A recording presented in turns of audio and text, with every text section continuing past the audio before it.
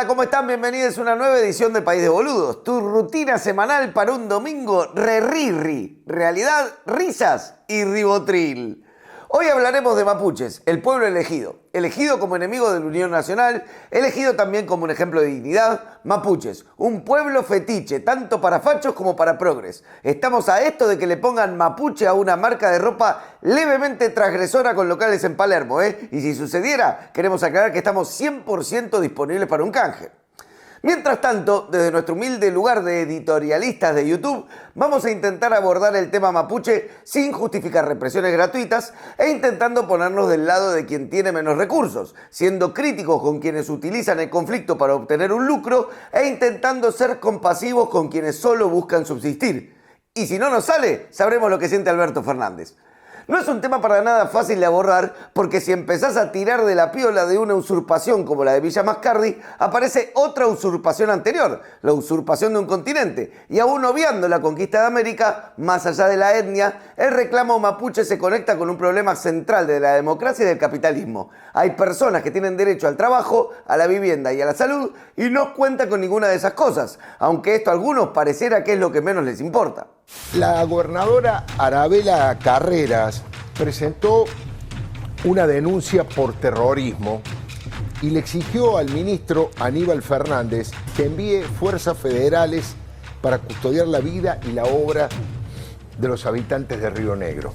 Está claro el reclutamiento de personas para llevarlas, vandalizar, incendiar y ocupar tierra. Claro, el hecho de que hoy Alberto se haya mostrado con estos terroristas es muy complicado también, es un mensaje muy fuerte. Digo, estamos hablando de gente que prende fuego casas, prende fuego capillas, toma predios de la gendarmería, cortan rutas, queman la bandera argentina, desconocen la propiedad privada. Seguro. Para empezar a desmenuzar el tema, lo primero que hay que saber es que no existe un reclamo mapuche unificado, ni siquiera una nación mapuche organizada de forma central. Hay un parlamento mapuche tehuelche, pero muchas comunidades no se sienten representadas por ese organismo. O sea, decir que los mapuches piden esto, los mapuches son así o asá, no solo es equivocado, sino que además se abre una puerta para una mayor estigmatización a un pueblo ya bastante estigmatizado, ¿eh? Cuando no son chilenos, son chorros, cuando no laburan para Gran Bretaña, son terroristas. Pasó Alberto Fernández y dijo, che, qué mala imagen tienen, ¿eh? Lo cierto es que son un pueblo que reside en la cordillera en una época de paz armada entre tribus, por lo que había permanentes guerras y desplazamientos, y ni siquiera existía el límite entre Argentina y Chile. Justamente esta narrativa de mapuches chilenos fue utilizada durante la conquista del desierto para justificar matanzas o promover que se fueran a ese país. Hay que ver lo que dice el censo de este año, pero el anterior indicaba que en Argentina había cerca de 200.000 personas que se reconocían como descendientes de mapuches, de las cuales solo el 15% hablaba la lengua y solo el 10% residía en una comunidad. La gran mayoría están sobre la cordillera, en las provincias de Neuquén, Río Negro y Chubut, aunque hay otras también en el sur de la provincia de Buenos Aires. Eso en términos de comunidades, pero como decía el Diego, descendientes hay por todos lados. Por eso cuando dicen falsos mapuches, están dando una respuesta prejuiciosa, racista y desinformada. Rastrear las raíces mapuches de las personas no es tarea fácil, por el temita de la conquista. Primero de la corona española, después del Estado argentino y después del capitalismo. Por lo que buscar un mapuche pedigrí es cuanto menos un poco nazi. El ario mapuche, una idea casualmente surgida en Bariloche. Para reconocer el despojo ni siquiera hay que remontarse a la conquista del desierto de Roca, que recordemos que en su momento fue aprobada por el Congreso de la Nación. Basta con ver lo que pasó a comienzos del siglo XX. Por ejemplo, muchas comunidades fueron directamente expulsadas de sus tierras en la década del 30 por la Administración de Parques Nacionales, que en ese momento tenía la visión europea del parque como un reservorio exclusivo de naturaleza y era muy importante que porteños fuéramos a descansar disfrutando un paisaje libre de indígenas que te arruinan la foto blanco y negro. Así que llegaron con caballos y les tiraron a la mierda a sus casas y que se las rebusquen como todo el mundo. Otros fueron echados en aquellos años de progreso de mitad de siglo, cuando comenzaban a instalarse algunas industrias como la maderera, la minera o el turismo. En este caso el garrote vino por el Estado o por patotas al servicio de hombres de negocios. También se utilizaban estrategias como emborrachar a mapuches para que firmaran ventas absurdas de tierras o los obligaban a cambiar deudas por tierras. Así les presentaban las bondades del sistema capitalista, que te excluye y después te echa la culpa. Y todos los descendientes de aquellos mapuches se encontraron a finales del siglo XX trabajando de forma precarizada en las ciudades patagónicas cuando no terminaron en el conurbano bonaerense, en general de pobres para abajo. El Estado argentino intentó resarcirse de estas situaciones. En 1994, la Constitución Nacional, en su artículo 75, reconoce la preexistencia étnica y cultural de los pueblos indígenas argentinos y garantiza el respeto a su identidad y el derecho a una educación bilingüe e intercultural. Reconoce la personería jurídica de sus comunidades y la posesión y propiedad comunitaria de las tierras que tradicionalmente ocupan, impidiendo sus embargos. La verdad que suena bárbaro, pero no se aplica. Reclaman el derecho constitucional a una vivienda digna y les pasan derecho el número de RIMAX. Después el gobierno sanciona varias normativas específicas. La más importante es la ley 26.160 de noviembre de 2006, que declara la emergencia en materia de propiedad de la tierra de las comunidades indígenas registradas, impidiendo desalojos y ordena que se haga un relevamiento técnico, jurídico, catastral de cara a regularizar la tierra de todas las poblaciones indígenas. Bueno, se habrá relevado un 30% de las comunidades y ahí se les rompió el abaco, Toda esa parsimonia para aplicar las leyes y la propia Constitución, más la desesperación de la pobreza, empujó a las comunidades a volcarse a un proceso de recuperación de tierras por sus propios medios o de usurpación del usurpado. Esto empezó en los 90, recordemos que en la misma época y la misma zona en la que aparecen los primeros piquetes de trabajadores. Los mejores, los únicos, los métodos piqueteros, dijeron los mapuches. Jóvenes descendientes de mapuches entonces expulsados del mercado laboral deciden recuperar lo que consideran que le corresponde en base al relato de sus abuelos. Comienzan a ocupar tierras, algunos con suerte, pudiendo registrar su dominio y otros con problemas. Y además grupos que no negocian con el Estado. Desde entonces fue escalando y perdura este problema hasta la actualidad. El conflicto recrudece durante el gobierno del Mauricio, ya que a la Pato le sobra audacia y empieza a llevar adelante un protocolo represivo. Y de pronto le vienen como anillo al dedo supuestas organizaciones terroristas mapuches que ocupaban tierras de Benetton y de Joe Louis y que al parecer practicaban robo de ganado y vandalizaciones. Es loco como a ella le resulta terrorismo un grupo de mapuches que se afanan unos chanchos y prenden fuego una casilla y cuando alguien le gatilla en la jeta a la vicepresidenta le parece un camelo. En esa época se hablaba mucho de la resistencia ancestral mapuche, organización que nunca se comprobó que existiera. Se decía que si recibían fondos de afuera, si recibían fondos de adentro, que si tenían luchadores kurdos infiltrados. Alto guiso. Y cuando manejas esas hipótesis no te queda otra que irte a las manos. Primero, la Gendarmería Nacional desaloja con un uso desproporcionado de la fuerza al pull-off de Cuyamen en el operativo en el que desaparece Santiago Maldonado en agosto de 2017. De eso iba justo el primer programa de País de Boludos, hace 5 años, a juzgar por mi aspecto en 1993. Meses después, ese mismo año, en noviembre, la prefectura intenta el desalojo de la comunidad Lafkenwinkul Mapu de un predio en Villa Mascardi. Varios mapuches se escapan hacia las montañas. 2 días después, una patrulla del grupo Albatros se cruza con un puñado de jóvenes que habían huido del asentamiento y comienza una cacería en la que los uniformados disparan 120 veces, hiriendo a 2 jóvenes y matando por la espalda a Rafael Nahuel. Con 2 muertos en menos de 6 meses, al gobierno del Mauricio no le queda otra que aflojar un poco. Y eso consolidó a la comunidad Lafkenwinkul Mapu en el predio de Villa Mascardi, lo que hizo que más personas se le sumaran y así extendieran los límites de su dominio. Según ellos, por seguridad. La versión mapuche de la famosa invasión preventiva de George Bush.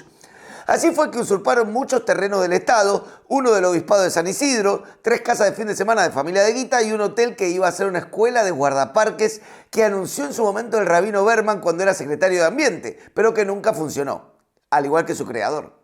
Vecinos de Villa Mascardi denuncian permanentes vandalizaciones en esos terrenos. Dicen que prendieron fuego varias casas, profanaron elementos religiosos del obispado y dejaron inutilizable al hotel. Pero la comunidad mapuche nunca se hizo cargo de estos actos vandálicos y por el contrario, denuncia que son patotas al servicio de los que buscan forzar un desalojo. El viejo truco de hacer bardo, llamar a la policía y decir que fue el otro.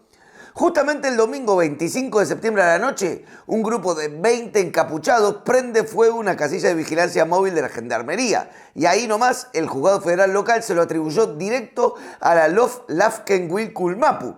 A pedido de la gobernadora de Río Negro, Arabela Carreras, el Ministerio de Seguridad crea el Comando Unificado de Seguridad Zona Villa Mascardi y juntas fueron a reprimir todas las fuerzas de seguridad nacionales y la policía de Río Negro, porque alguien tenía que encargarse de las pizzas. Y así se lanzaron las valientes fuerzas de seguridad en defensa de la propiedad privada, gladiadoras del alambrado, que pese a la resistencia del feroz enemigo, lograron detener a 7 mujeres mapuche, 1 embarazada y 2 con bebés lactantes. Una de ellas es la Machi, la autoridad espiritual de la LOF, que tuvo una visión en la que sus ancestros le decían que tenía que ocupar ese lugar. Ojo, me suena tan verosímil como la Biblia. Las 4 sin hijos fueron trasladadas a penales en la provincia de Buenos Aires, donde las tuvieron incomunicadas y aisladas, por lo que iniciaron una huelga de hambre. El Comité Nacional para la Prevención de la Tortura solicitó formalmente en el expediente que se reviertan los traslados a unidades de Buenos Aires de las 4 mujeres. Luego, una de ellas fue liberada. Mientras, un grupo de niños y adolescentes escapó del operativo y permaneció horas bajo la lluvia en la montaña hasta reencontrarse con sus familiares. Además, la Policía Federal se mantiene en el predio en busca de 14 varones que escaparon a Campo Traviesa. Parece ser la premisa de un reality conducido por Santiago del Moro. Para el gobierno, el éxito del operativo de seguridad es que no murió nadie, porque no usaron armas de fuego. Por lo demás, actuaron en el bosque al igual que la policía bonaerense en la cancha de gimnasia y esgrima. Gases, palos, violación de los derechos y garantías elementales. Por esta razón hubo numerosas protestas en varios puntos del país y renunció Elizabeth Gómez Alcorta como titular del Ministerio de Género, Mujeres y Diversidad. Por eso, y porque como viene el gobierno, si no te bajás en esta, te bajás en un mes. Es que el desalojo no solo marcaba que a partir de ahora el Estado Nacional abandonaba las negociaciones y pasaba a mantener una posición confrontativa con los mapuches más radicalizados, sino que además se sumaba a la narrativa de amenazas a la propiedad y a la seguridad nacional del gobierno de Juntos por el Desalojo. De hecho, todo el operativo pareció un poco forzado y sobreactuado, algo que se confirma cuando se tiene en cuenta que de las 9 parcelas a desalojar, los titulares de 6 de esas parcelas, las del Estado y las del Obispado de San Isidro, habían pedido no impulsar un desalojo. ¿A qué se debe entonces este cambio de postura? Y va en línea con el viraje que el gobierno viene teniendo en los últimos 2 años. Un gran abrazo al ajuste y por sobre todo una sobreactuación del respeto a la propiedad. En el programa pasado hablábamos de que esa es la nueva característica central de la derecha 2.0, el irrestricto respeto de la propiedad privada. No importa si la conseguiste afanando, cerrando un lago, coimeando políticos, matando indios, por un abuelo que cagó un tehuelche, si le vendiste el patio a una mimera, lo importante es la propiedad. Hola compañeros, soy Julio Argentino Roca. Quizás me conozcan por éxitos como La Conquista del Desierto o simplemente por los billetes de 100 pesos. Bueno, resulta que en este tiempo que llevo, ¿cómo decirlo?, finado, muchas cosas han cambiado en mí. Me he dado cuenta que los indígenas son gente que realmente merece mucho más respeto de que le damos como sociedad. Es muy importante que nosotros apoyemos a quienes de alguna forma visibilizan el reclamo de los compañeros indígenas. Así que me parece que sería importante que aportaran para PDB. La verdad que hacen un laburo bárbaro y pueden aportar y con un aporte único ayudan a que esto siga creciendo. E incluso que por ahí estos buenos pibis se tomen vacaciones. ¡Nos vemos! La violencia llama a más violencia y esta supuesta avanzada del foquismo mapuchero de prender fuegos casillas, casas, depósitos y robarse ganado es el caldo de cultivo perfecto para que surjan grupos que le dan un marco de razonabilidad al racismo y la segregación. Es el caso de organizaciones civiles como Consenso Bariloche, que nuclea a estudios de abogados importantes, empresarios, funcionarios, terratenientes y a la sociedad rural. Hacen reuniones e invitan a especialistas que realizan desmentidas históricas. La falacia mapuche. El conflicto indígena en el sur de Chile y en nuestro país no escapa a la lógica de lo que venimos desarrollando. El tema se agrava porque no es solo la izquierda la que reivindica el indigenismo, sino un sector de la sociedad argentina que se ha comprado el discurso del despojo cruel a los pueblos originarios. Esta organización le da marco teórico y otras, como la Fundación Naturaleza para el Futuro y la Iniciativa Propiedad Privada Patagónica, articulan el andamiaje jurídico de las denuncias judiciales contra el pueblo mapuche. La retórica antimapuche se corporizó en Cuesta del Ternero, donde el año pasado 2 personas armadas ingresaron al predio tomado por mapuches, pese al cerco policial, y asesinaron a Elías Garay e hirieron a Gonzalo Cabrera. Por supuesto que estas tomas y estos reclamos son un tema complejo y quienes pierden su propiedad por una usurpación obviamente son víctimas.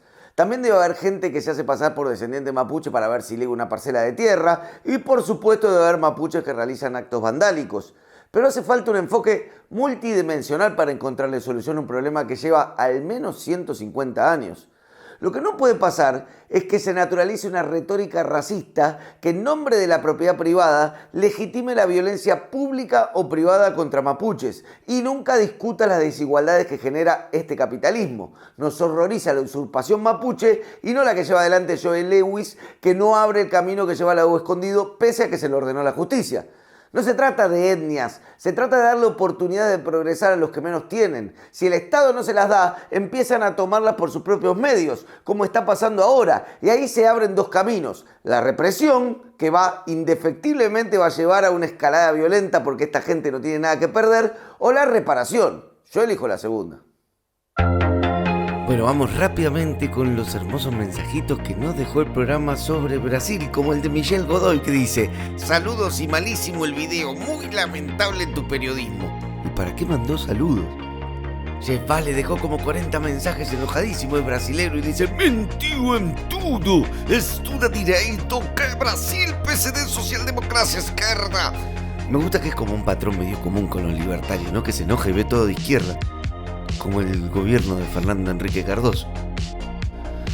Bartros nos dice: no te puedo tomar en serio si consideras a Milei como extrema derecha. Les recuerdo que los que quieren matar pibes de pobres son desde los progres hasta los zurdos. Qué buen análisis, Bartros. Estás a pasitos de que te contraten en 26 TV. Nelson Costra es muy gracioso, entonces dice: es gentilicio habitante de Brasil, no es brasilero, es brasileño. Como si a vos te dijeran Cuca, planero mantenido por el decadente Estado populista, en vez de Cuca, ¿qué se lleva la nuestra? Qué chistazo, Nelson, la verdad me desopilé. Desde G dice: Bolsonaro, claro, sí, como los bolsos raros de Julio López, todo cierra. Julio López es el desaparecido, José quisiste decir. Y ya de vuelta en el show del chiste, escuchá a Leonel Moyo que dice: los manoduristas deben ser personas muy frustradas sexualmente. Les quedó la mano dura de tanto hacerse la manuela. Pero sí me sacó una sonrisa Pablo Brusa, que puso: ¿cuál es el salto más pequeño? San Francisco de Asís. Y un emoji. Es muy tierno. Braulio TV dice: loco, me hice un tiempito en el telo con mi novia para verlos. Poneme el mensaje, Fede, no seas forro. Les quiero. Como diría el Presto, las bondades de un polvo rápido, ¿no? Estefanía Lareu dice: Fede, sos capo. Hablo un toque más tranca, que recién acuesto a la nena y tengo la cabeza quemada. A veces, si la Pato califica presidenciable, le corto los 2 huevos a mi marido, así no arriesgo lo mío. Y anda buscando un cuchillo. Facundo Faca Quiroga dice: aguante PDB, sus informes son lo más. Espero que también vayan al Mundial a hacer la cobertura desde allá.